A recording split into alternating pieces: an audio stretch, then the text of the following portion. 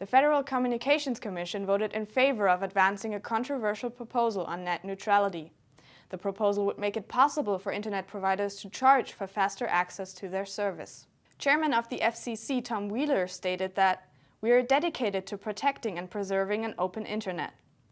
As I said, there is one internet. It must be fast, it must be robust, and it must be open.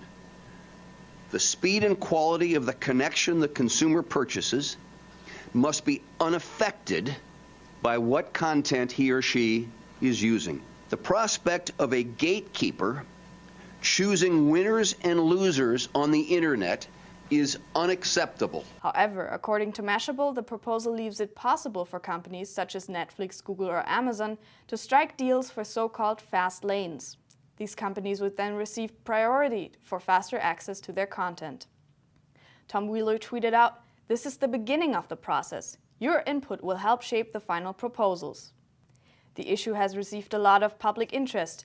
Net neutrality supporters were protesting in front of the FCC building and voicing their opinions inside the main conference hall. Internet professionals are also chipping in on the debate. The hosts of popular internet news talk, The Young Turks, are very skeptical of the new FCC proposal. Now we're forced to fall under that umbrella. We're forced to work with YouTube or to join a massive corporation in order to have our voices heard. And that's problematic because, in our case, we're not censored at all, but who knows what could happen down the line. The concept of net neutrality means that all content that runs through the internet's pipelines is treated equally. To understand both sides of the net neutrality debate, video blogger Hank Green, who is one half of the YouTube channel Vlogbrothers, debates himself in a video.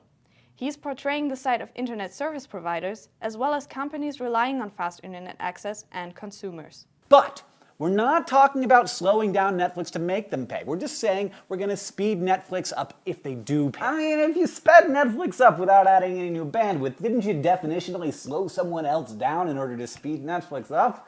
You are, right now, for the first time in American history, making the internet a non-level playing field. You talk high and mighty about economic efficiency, but what creates great economies is not profit, it's competition, which is what you're trying to destroy. The court ruled in favor of Verizon, claiming that service providers do not have to treat all internet traffic equally. The Slate describes in an article how internet providers are already cashing in on this. Companies like Comcast, AT&T, and Time Warner Cable are slowing down consumers' internet access. They are not using their full capacity or are refusing to expand their infrastructure. The company pays Comcast to provide faster downstream speeds.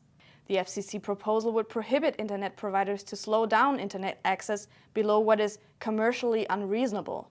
This means that users should be provided with the speed they paid for. The FCC seems to be agreeing with consumers, claiming that they want an open and fair internet. However, a lot of important questions still need answers when the proposal is up for debate in the next months. That's the buzz for now. I'm Julia Rabe.